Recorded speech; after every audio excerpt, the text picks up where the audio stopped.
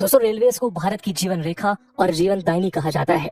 ऐसा इसलिए क्योंकि इंडियन रेलवेज हर रोज 12,500 से ज्यादा ट्रेन और 2,30,00,000 भारतीयों को उनकी मंजिल तक पहुंचाती है।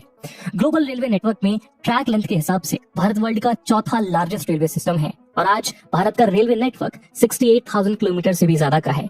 लेकिन यही जीवन देने वाली रेलवेज जब मिस हैपनिंग्स या कहीं हादसों के कारण लोगों का जीवन ले लेती है, तब भारत सरकार और रेलवे मैनेजमेंट सवालों के घेरों में आ जाता है। और ऐसा ही एक दुखद हादसा 2 जून को शाम 7 बजे उड़ीसा के बालासोर में हुआ, जब डीरेल होने की वजह से एक के बाद एक 3 ट्रेन आपस में टकरा गईं। अभी तक मिली रिपोर्ट के अनुसार इस रेलवे एक्सीडेंट की वजह से लगभग 300 लोगों ने अपनी जान गंवा दी है और 1000 से ज्यादा लोग इंजर्ड हैं और अभी अस्पतालों में हैं। लेकिन अनऑफिशियल रिकॉर्ड में ये नंबर इससे भी कहीं ज्यादा हो सकता है और ये बालासोर के लोकल्स का भी मानना है।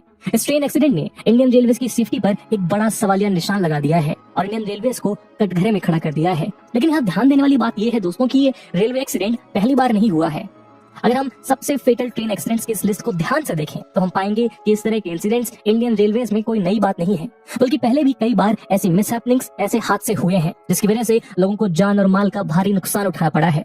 ऐसे में सवाल उठता है कि आखिर इंडियन रेलवेज में ट्रेन के इतने डीरेलमेंट्स और इतने एक्सीडेंट्स होते क्यों हैं और ऐसी मिसहैपनिंग्स को रोकने के लिए आखिर क्या किया जा सकता है, और इन सभी सवालों का जवाब हम इस वीडियो में ढूंढने की कोशिश करेंगे। तो चलिए शुरू करते हैं आज का डिस्कशन बिना किसी देरी के। दोस्तों, आगे बढ़ने से पहले हम उड़ीसा के बालासोर में हुए ट्रेन एक्सीडेंट के पीछे का असल कारण जानते हैं। तो रेलवे बोर्ड के मेंबर जय वर्मा ने अपने बयान में बताया कि जिस जगह यह हादसा हुआ उस जगह 2 मेन लाइंस थी, अप और डाउन। अप लाइन से कोलकाता के शालीमार स्टेशन से चलने वाली ट्रेन नंबर 12841 यानी कोरोमंडल एक्सप्रेस चेन्नई की ओर जा रही थी। दूसरी तरफ डाउन लाइन पर यशवंत एक्सप्रेस आ रही थी जो बेंगलुरु से निकलती थी। अप लाइन पर जा रही कोरोमंडल एक्सप्रेस को 130 किलोमीटर पर आवर की लिमिट मिली हुई थी और ट्रेन के स्पीडोमीटर की डिटेल्स के हिसाब से जिस समय यह हादसा हुआ उस समय यह ट्रेन 128 किलोमीटर पर आवर की स्पीड से दौड़ रही थी। तभी अचानक कोरोमंडल एक्सप्रेस अप लाइन से अप लूप लाइन की तरफ मुड़ गई और उड़ीसा के भंगा बाजार स्टेशन के पहले खड़ी एक आयरन ओर से भरी फ्रेट से ट्रेन टकरा गई। जिस कोरोमंडल एक्सप्रेस को अप लाइन से गुजरना था वो सिग्नलिंग सिस्टम के फेलियर की वजह से अप लूप लाइन पर आ गई। इस जबरदस्त टक्कर ने कोरोमंडल एक्सप्रेस को डीरेल कर दिया और उसके कुछ कोचेस डाउन लाइन पर आ गए। और जब ये टक्कर हुई उस समय बेंगलुरु के एम विश्वेश्वरैया टनल से चलकर हावड़ा तक जाने वाली ट्रेन नंबर 12864 यानी यशवंत एक्सप्रेस डाउन लाइन से गुजर रही थी। कोरोमंडल एक्सप्रेस के डीरेल कोचेस की यशवंत एक्सप्रेस के लास्ट 2 कोचेस के साथ टक्कर हुई, जिसके चलते ये ट्रेन भी डीरेल हो गई। हालांकि वैसे तो कोरोमंडल एक्सप्रेस में LHB कोचेस लगे हुए थे जो काफी लाइट वेट होते हैं और इन्हें ऐसे डिजाइन किया जाता है जिससे एक्सीडेंट के दौरान एक टॉपल ना हो, पर आयरन ओर जैसी भारी भरकम फ्रेट ट्रेन से टक्कर होने के कारण क्रिएट हुए मैसिव फोर्स से इस ट्रेन के कोचेस टॉपल हो गए। दोस्तों, कोरोमंडल एक्सप्रेस का ड्राइवर अभी भी सीरियस कंडीशन में है, जिन्होंने अपने बयान में कहा है कि उस लाइन पर आगे बढ़ने के लिए उन्हें ग्रीन सिग्नल मिला था। इसके अलावा जिस आयरन और फ्रेट ट्रेन से कोरोमंडल एक्सप्रेस टकराई उसके गार्ड एक्सीडेंट के समय इंस्पेक्शन के लिए फ्रेट ट्रेन से नीचे उतरे हुए थे, जिससे उनकी जान बच गई और इसीलिए आयरन और फ्रेट ट्रेन के गार्ड का भी स्टेटमेंट रिकॉर्ड कर लिया गया है। लेकिन अभी भी काफी सारी ऑफिशियल इन्फॉर्मेशन का बाहर आना बाकी है। फिलहाल ऐसा बताया जा रहा है कि कोरोमंडल एक्सप्रेस के लोको पायलट और असिस्टेंट लोको पायलट का ट्रीटमेंट आइसोलेशन में किया जा रहा है और सेफ्टी रीजंस की वजह से उनके ट्रीटमेंट की लोकेशन को रिवील नहीं किया गया है। दोनों को काफी मेजर इंजरीज हुई हैं और दोनों इस वक्त आईसीयू में अपनी जिंदगी के लिए लड़ रही हैं। दोस्तों, इस हादसे ने कई जिंदगियों को ऐसा जख्म दिया है जिसे शायद वो ताउम्र ना भूल पाए। लेकिन यहाँ सवाल ये खड़ा होता है कि क्या ये कोई once in a blue moon होने वाला इवेंट है या ये हादसे देश की एक बड़ी कमजोरी को दर्शाते हैं। दोस्तों, दरअसल भारत में ट्रेन एक्सीडेंट एक हार्श रियलिटी है और रेलवे कैजुअलिटी से रिलेटेड वेरियस एजेंसीज का डेटा इस बात को प्रूव करता है। आज देश में हो रही सभी रेलवे एक्सीडेंट के लिए तरह तरह के रीजंस रिस्पॉन्सिबल होते हैं, जैसे ड्राइवर्स की फॉल्ट, सिंगल मैन की गलती, मैकेनिकल फेलियर्स या सैबोटाज यानी जानबूझ के किया गया नुकसान। लेकिन जो इम्पैक्ट्स रेलवे एक्सीडेंट्स में सबसे डेडली इंसिडेंसेस बन जाते हैं वो है डीरेलमेंट। भारत की CAG के द्वारा 2021 में ट्रेन डीरेलमेंट से रिलेटेड एक रिपोर्ट पब्लिश की गई और इस रिपोर्ट में उन्होंने कुछ हैरान करने वाले फैक्ट्स लोगों के सामने रखे। रिपोर्ट के अकॉर्डिंग साल 2018 से 2021 के बीच होने वाले सभी ट्रेन एक्सीडेंट्स में से 70% एक्सीडेंट्स डीरेलमेंट से हुए थे। डीरेलमेंट की वजह से और ट्रेन की कोलिजन की वजह से हुए जान के नुकसान पर नजर डालें तो NCRB की रिपोर्ट के मुताबिक इन 2 रीजंस की वजह से टोटल 11,036 लोगों की जान गई है। हालांकि अगर आप ईयर बाय ईयर डेटा के अकॉर्डिंग देखेंगे तो लास्ट 10 सालों में इस आंकड़े में काफी कमी आई है, लेकिन फिर भी अभी भी ये एक सिग्निफिकेंट रीजन है जिसकी वजह से ट्रेन एक्सीडेंट्स में लोग अपनी जान गंवाते हैं। स्क्रोल द्वारा पब्लिश ये चार्ट हमें 2018 से 2021 के बीच हुए ट्रेन डिरेलमेंट्स का डेटा देता है। 2017-18 में जहां टोटल 55 डिरेलमेंट्स के इंसिडेंट्स हुए थे, वहीं 2020-21 में 15 डिरेलमेंट इंसिडेंट्स रिपोर्ट किए गए, लेकिन उसके बावजूद अलग अलग रीजन से समय समय पर इस तरह के एक्सीडेंट्स होते रहते हैं। उदाहरण के तौर पर जनवरी 2022 में वेस्ट बंगाल के अलीपुरद्वार में बीकानेर गुवाहाटी एक्सप्रेस डिरेल हो गई, जिसकी वजह से 9 लोगों की मृत्यु हो गई और 36 लोग घायल हो गए। इसी तरह का एक मेजर रेलवे एक्सीडेंट 2016 में उत्तर प्रदेश के कानपुर में हुआ, जब राजेंद्र नगर पटना एक्सप्रेस के डिरेलमेंट की वजह से 140 कैजुअलिटीज रिपोर्ट की गई। ऐसे में सवाल उठता है कि सरकार द्वारा मॉडर्न टेक्नोलॉजी पर हजारों करोड़ों रुपए खर्च करने के बावजूद इन फेटल रेलवे एक्सीडेंट्स के पीछे आखिर कारण क्या है। दोस्तों, जिस प्रकार से ट्रैफिक लाइट्स रोड के ट्रैफिक को कंट्रोल करती हैं, उसी प्रकार से रेलवे सिग्नल्स भी ट्रैक्स पे रेलवे ट्रैफिक को कंट्रोल करते हैं। ट्रेन सिग्नल्स के केस में अगर छोटा सा भी एरर आ जाए तो वो लोगों के लिए जानलेवा साबित हो जाता है। इसलिए प्रिकॉशन के तौर पर रेलवे ट्रैफिक का सिग्नल डिफॉल्ट वे में हमेशा रेड रहता है, जो कि डेंजर का साइन है। पुराने समय में सिग्नल्स मैनुअल और केबल ऑपरेटेड हुआ करते थे, लेकिन समय के साथ उन्हें ऑटोमेटिक सिग्नल्स में कन्वर्ट कर दिया गया। इंडियन रेलवेज में signalling system interlocking route relay mechanism पे काम करता है, जिसके 2 कंपोनेंट्स होते हैं, डिस्टेंस सिग्नल और होम सिग्नल। और इस प्रकार की सिग्नलिंग में फेलियर होने के डिफरेंट रीजन हो सकते हैं, जिसमें कंप्यूटर नेटवर्क के ब्रेकडाउन होने की वजह से फेलियर या ह्यूमन एरर, जैसे ड्राइवर का सिग्नल को फॉलो ना कर पाना या उसे मिस कर देना शामिल है। सिग्नल फेल होने की स्थिति में ट्रैक सर्किट भी फेल हो जाता है, यानी सिग्नलर को अपनी स्क्रीन या पैनल पर यह पता नहीं चलेगा कि ट्रैक का कौन सा सेक्शन क्लियर है और कौन सा नहीं। ये पता ना होने की वजह से ट्रेन गलत ट्रैक्स पर आ जाती है और ऐसे में एक्सीडेंट की संभावना प्रबल हो जाती है। अभी तक की रिपोर्ट के मुताबिक ओडिशा के बालासोर में हुए ट्रेन डिरेलमेंट के केस में सिग्नलिंग सिस्टम फेलियर को ही रीजन माना जा रहा है। हालांकि जांच अभी भी जारी है।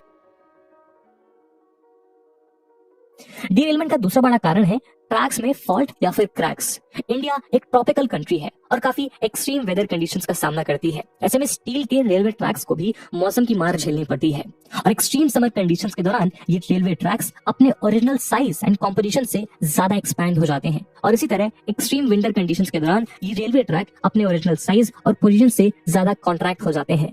यानी हर साल में एक बार ट्रैक्स को एक्सपैंड होना पड़ता है और एक बार कॉन्ट्रैक्ट। मल्टीपल टाइम्स कॉन्ट्रैक्शन और एक्सपेंशन होने की वजह से स्टील ट्रैक्स कमजोर हो जाते हैं और इस कारण विद टाइम इनमें क्रैक्स डेवलप हो जाते हैं। रेलवे ट्रैक्स के इन क्रैक्स को अगर रेलवे एम्प्लॉइज स्पॉट नहीं कर पाते तो ये गलती रेलवे एक्सीडेंट्स को दावत देती है। इंडियन रेलवेज में ट्रेन की संख्या पॉपुलेशन के साथ ग्रो करती जाती है। इस चार्ट को देखिए, ये इंडियन रेलवेज में ग्रोइंग ट्रेन डिमांड के बारे में क्लियर पिक्चर देता है। 200 से 700 किलोमीटर के एवरेज डिस्टेंस की नीड्स को केटर करने के लिए 2021 में इंडियन रेलवेज को सिर्फ 70 ट्रेन की नीड थी। वहीं 2031 में ये डिमांड बढ़कर 144, 2041 में 214 और 2051 में ये नीड 306 ट्रेन सेट्स तक पहुंचने वाली है। यानी ट्रेन सेट्स की डिमांड एवर ग्रोइंग है, पर जिस स्पीड से ट्रेन के नंबर बढ़ रहे हैं उस स्पीड से ट्रैक्स का मेंटेनेंस नहीं होता। दिसंबर 2022 में ट्रैक मेंटेनेंस प्रॉब्लम को आइडेंटिफाई करने के लिए सीएजी ने एक रिपोर्ट तैयार की, जिसका नाम था डीरेलमेंट इन इंडियन रेलवेज। इस रिपोर्ट ने कई सारे इश्यूज को कवर किया था, जैसे डीरेलमेंट्स को रोकने के लिए इंस्पेक्शन और मेंटेनेंस ऑफ ट्रैक्स, डीरेलमेंट्स और कोलिजन पर इन्वेस्टिगेशन, प्रिवेंटिव रिकमेंडेशंस का इंप्लीमेंटेशन और राष्ट्रीय रेल सुरक्षा कोष फंड का प्रॉपर यूटिलाइजेशन। सीएजी की रिपोर्ट में यह ऑब्जर्व किया गया कि ट्रैक्स का इंस्पेक्शन करने वाली ट्रैक रिकॉर्डिंग कार्स के इंस्पेक्शन में 30 से 100% की कमी है। यानी अधिकतर समय ये सारी मशीन आउट ऑफ यूज रहती हैं और उनके यूज को कंसर्न डिपार्टमेंट द्वारा प्रॉपरली प्लान नहीं किया जाता। इसके अलावा ट्रैक रिन्यूअल वर्क के लिए अलॉट किए जाने वाले फंड और राष्ट्रीय रेल सुरक्षा कोष के एक्सपेंडिचर में 2017 से 2021 के बीच भारी कमी देखी गई। ट्रैक रिन्यूअल के कामों के लिए जो भी फंड्स लोकेट किए गए थे उन्हें फुली यूटिलाइज नहीं किया गया और ट्रैक रिन्यूअल्स के काम में इसी कमी की वजह से 2017 से 2021 के बीच हुई 1127 डिरेलमेंट्स में से 289 डिरेलमेंट्स लैक ऑफ ट्रैक मेंटेनेंस की वजह से हुई। ट्रैक मेंटेनेंस की नीड को साल 2016 में स्टैंडिंग कमेटी ऑन रेलवेज ने पहचान लिया था और बताया कि ट्रैक्स को सेफ और फिट कंडीशन में मेंटेन किया जाना चाहिए। इस कमेटी ने अपनी रिपोर्ट में ये भी बताया कि ट्रैक रिन्यूअल के लिए जो टारगेट सेट किए गए हैं वो ऑन ग्राउंड एक्चुअल रियलिटी से काफी दूर है। साथ ही 2017 से लेकर 2020 के बीच कंप्लीट ट्रैक रिन्यूअल का जो टारगेट रखा गया था वो भी अचीव नहीं किया जा सका है। भारत में ट्रैक्स के मेंटेनेंस का स्टेटस इतना पुअर है कि ट्रेन अपनी मैक्सिमम स्पीड कैपेसिटी पर नहीं चल पाती। For example Vande Bharat express जिसे 180 किलोमीटर पर आवर की स्पीड से चलाने के लिए बनाया गया है, ट्रैक्स की पुअर क्वालिटी की वजह से इसकी ऑपरेशनल स्पीड मात्र 123 किलोमीटर पर आवर की है। सिर्फ इतना ही नहीं, भारत को न्यू ट्रैक्स की भी नीड है और इसी प्रॉब्लम को आइडेंटिफाई करते हुए इंडियन रेलवेज एक प्लान लेकर आई थी, जिसके जरिए गुड्स एंड फ्रेट ट्रेन्स के लिए एक सेपरेट रेल कॉरिडोर बनाए जाने का प्लान था। इस कॉरिडोर को डेडिकेटेड फ्रेट कॉरिडोर का नाम दिया गया।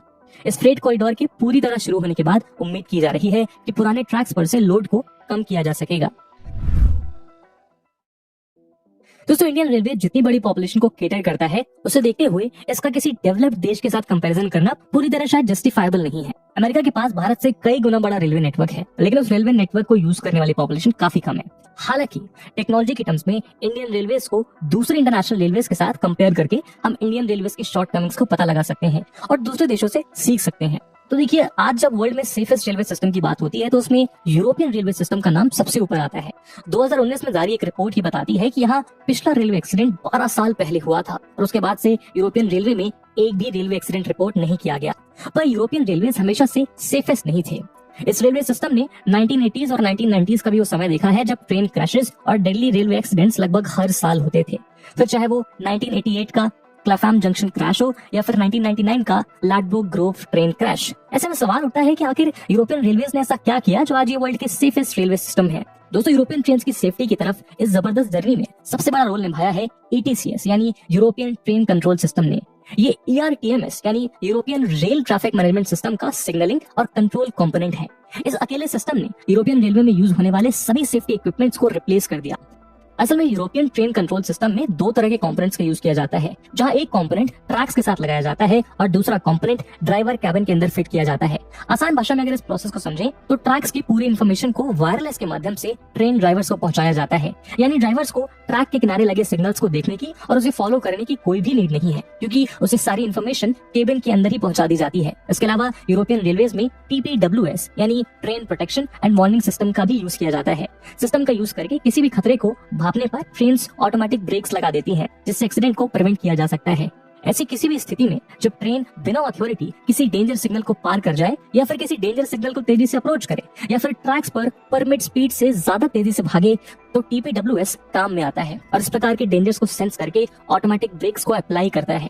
इंडियन रेलवे सिस्टम में ऐसी कोई भी टेक्नोलॉजी फिलहाल मौजूद नहीं है, लेकिन 2022 में इंडियन रेलवेज ने अपना खुद का एंटी कोलिजन सिस्टम डेवलप कर लिया है, जिसे कवच का नाम दिया गया। कवच हाई फ्रीक्वेंसी रेडियो वेव्स का यूज करके डेंजर्स को सेंस करता है और ड्राइवर के रिस्पॉन्ड ना करने पर ऑटोमेटिक ब्रेक्स को अप्लाई करता है। Research design and standard organisation द्वारा डेवलप किए गए इस सिस्टम का एम है जीरो एक्सीडेंट। ये anti collision system safety integrity level 4 को अचीव कर चुका है, जो हाईएस्ट सर्टिफिकेशन है। इस लेवल का सर्टिफिकेट मिलने का मतलब है कि कवच सिस्टम में 10,000 सालों में सिर्फ एक एरर होने के चांसेस हैं। गवर्नमेंट ने एम किया था कि साल 2022-23 तक 2000 किलोमीटर का ट्रैक कवच के अंडर लाया जाए, लेकिन ओडिशा के जिस ट्रैक पर ये मिसहैपनिंग हुई वो ट्रैक कवच से इक्विप्ड नहीं था। हालांकि इस रेलवे एक्सीडेंट को लेकर जब रेलवे मिनिस्टर अश्विनी वैष्णव से ये सवाल पूछा गया कि क्या कवच इस एक्सीडेंट को रोक सकता था, तो उनके जवाब में उन्होंने बताया कि एक्सीडेंट रेलवे ट्रैक कॉन्फ़िगरेशन में चेंजेस के कारण हुए हैं और कवच सिस्टम इस चीज को डिटेक्ट करने के लिए नहीं बना है। भले ही इस पर्टिकुलर एक्सीडेंट के केस में कवच का इम्प्लीकेशन ना हो, पर भारत में ट्रेन कॉलिजन्स को रोकने के लिए कवच के साथ साथ सरकार को और भी टेक्नोलॉजिकल और नॉन टेक्नोलॉजिकल रिफॉर्म्स इंट्रोड्यूस करने की जरूरत है, जिससे इन एक्सीडेंट्स को अवॉइड किया जा सके। और इसके लिए यूरोपियन रेलवे सिस्टम से काफी इंस्पिरेशन ली जा सकती है। इंडियन रेलवे सिस्टम में सेफ्टी को इंश्योर करने के लिए कवच एक इंपॉर्टेंट डायमेंशन हो सकता है, पर पूरे रेलवे नेटवर्क में इसे इंप्लीमेंट करना फिलहाल दूर की बात लगती है। इसीलिए कवच के अलावा इंडियन रेलवेज को कुछ बेसिक्स को सुधारने पर ध्यान देना चाहिए, ताकि ऐसे रेलवे एक्सीडेंट्स को प्रिवेंट किया जा सके। इनमें सबसे पहला स्टेप है ट्रैक्स का प्रॉपर और स्पीडी मेंटेनेंस। इसके लिए इंडियन रेलवेज में एम्प्लॉइज को बढ़ाए जाने की नीड है, ताकि स्मॉलर सेक्शंस पर ऑन ग्राउंड ज्यादा एम्प्लॉइज को लगाया जा सके जो ट्रैक्स की प्रॉपर मेंटेनेंस को इंश्योर कर सके। दूसरा स्टेप है पुराने ट्रैक्स को हटाकर नए ट्रैक्स को बिछाना। एक्सट्रीम वेदर कंडीशंस की वजह से ट्रैक्स में जो फ्रैक्चर्स होते हैं वो पुराने ट्रैक्स में ज्यादा देखे जाते हैं। ऐसे में नए ट्रैक्स इन वेदर कंडीशन को सस्टेन करने के लिए बेटर होंगे। साथ ही साथ नए ट्रैक्स की मदद से इंडियन रेलवेज की ट्रेन को उनकी मैक्सिमम स्पीड पर भी सेफली चलाया जा सकेगा और ट्रैक्स के लोड को भी कम किया जा सकेगा। तीसरा स्टेप है इंडिया के सिग्नलिंग सिस्टम को बेहतर करना। इसके लिए India European train control system जैसा एक इंडिजिनस सिस्टम डेवलप कर सकता है, ताकि ड्राइवर्स को ट्रैक के किनारे लगे सिग्नल्स के रियल टाइम इन्फॉर्मेशन केबिन के अंदर ही प्रोवाइड कराई जा सके। कॉम्प्लेक्स टेक्निक होने के कारण अगर इसे डेवलप करना इंडिया के लिए अभी फिजिबल ना हो या फिर इसको बनाने में टाइम लगे, तो फिलहाल के लिए भारत इसे आउटसोर्स भी कर सकता है। इसके अलावा गवर्नमेंट को रेलवे से जनरेट होने वाले रेवेन्यू पर डिपेंडेंट ना रहकर रेलवे सेक्टर में इन्वेस्टमेंट को बढ़ाना चाहिए, क्योंकि रेलवे इंफ्रास्ट्रक्चर की कॉस्ट काफी हाई होती है और इसे अकेले इंडियन रेलवे ऑर्गेनाइजेशन बेयर नहीं कर सकता। यानी इसमें इंडियन गवर्नमेंट का साथ जरूरी है।